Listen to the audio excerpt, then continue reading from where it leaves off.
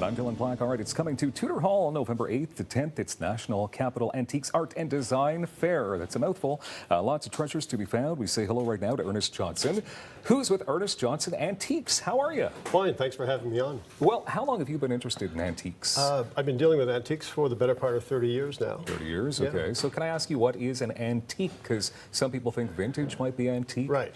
Yeah. No. Is there an age or sorry, like a amount of years something has to? Yeah, qualitatively, it's basically anything that's 100 years of age and more. So, you know, anything that is 100 years of age and predates that is an antique. Anything less than that, they qualify as vintage or sort of, you know, mid-century modern. Now, you're also with the Canadian Antique Dealers Association. Yes. So tell us a bit about it. It's CADA, correct? Yeah, the Canadian Antique Dealers Association was formed in 1967. It's a government-chartered organization and represents presently about 35 or 40 members across Canada. Okay. Yeah. Now, this is a vetted show, correct? Correct, yeah. So what does that mean to be vetted? The vetting process is simply this. You have a panel of independent judges that are well-schooled and well-versed in the material that's being presented to them. So they come to each and every booth at the fair, and the exhibitor leaves the booth. The vetting committee goes in, they look at everything from First Nations and Indigenous art to silver to furniture and such. They give it a sort of a very close examination to make sure that the exhibitor's tags are in line with their description and the current age and condition of the item. So if it isn't, it gets dotted and they have to make some arrangements. Really? Yeah. So it's obviously good for people who are attending because they know that everything there is legit, complete antique, right? So, yeah. Okay, so let's talk about some of the items that are being offered now. You brought some of your own. This is from your collection? Yes. Okay. Right. Yeah. So what have you brought here today to show us? Just a variety of items. This is something that's quite an unusual form. It's a Biedermeier, which is a German period tea caddy. So it was used to store green and black tea in two various compartments. And quite a very unusual form. Can I ask you how much that might be worth? You could. Yeah, but you don't want to tell us.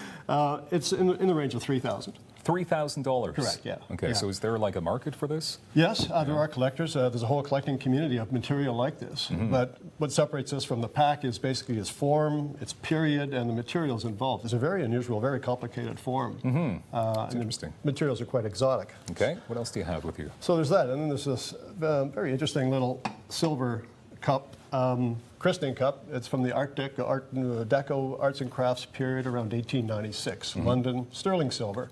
Quite an unusual form and decoration. Noah's Ark. Oh, Noah's Ark, okay. Yeah, which is quite a rare form. $4,000? No, it's about $250. $250? Yeah.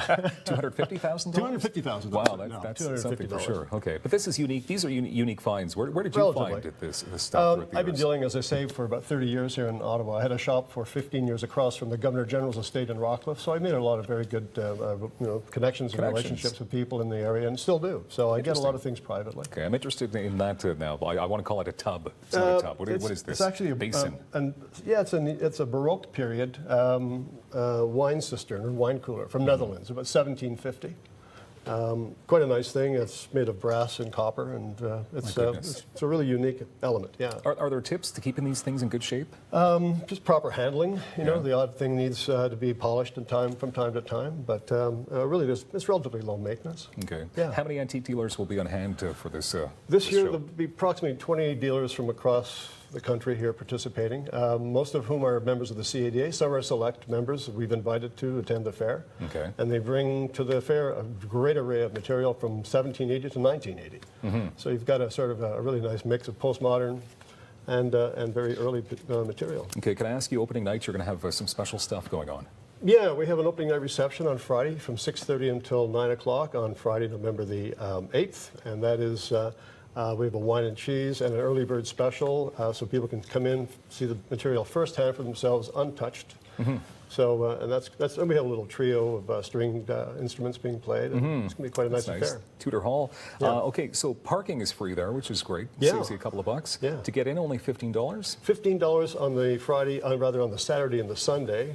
Saturday runs from 10 until 5 p.m. and Sundays from 11 until 4. The Friday night reception is $40 a person. Okay. If you want to become a member of the CADA, how can somebody do it if they've been dabbling in antiques for many years, but they really haven't maybe become a part of the community? Yeah, well, you can apply to the Canadian Antique Dealers Association. You have to be really vetted as well, so you have to be visited by 3 independent members of the association to make sure that your quality is up to par and your knowledge base is secure. And all that. But yeah, sure, you can apply. Okay. There's going to be some seminars taking place at this event? Yeah, there's 3 seminars taking place. One is being held on the Saturday afternoon, and that is a fellow by the name of Ernest Johnson, who's written a book on Ontario pottery and breadware. Quite a very learned guy. Sunday, it's Ron Waite speaking on 18th and 17th century Chinese export porcelain in Canada. He's a member of the Ceramic Circle of Canada and the U.S. And Don Hewson, who's an expert and collector in decoys and folk art. My goodness. Yeah. 10 seconds left. How can people get in touch with you? ErnestJohnsonAntiques.com. Simple as that. I'm here in the city. That's it. Right, there you go. Thank you very much for You're being very here today. welcome. Looks like a fun show.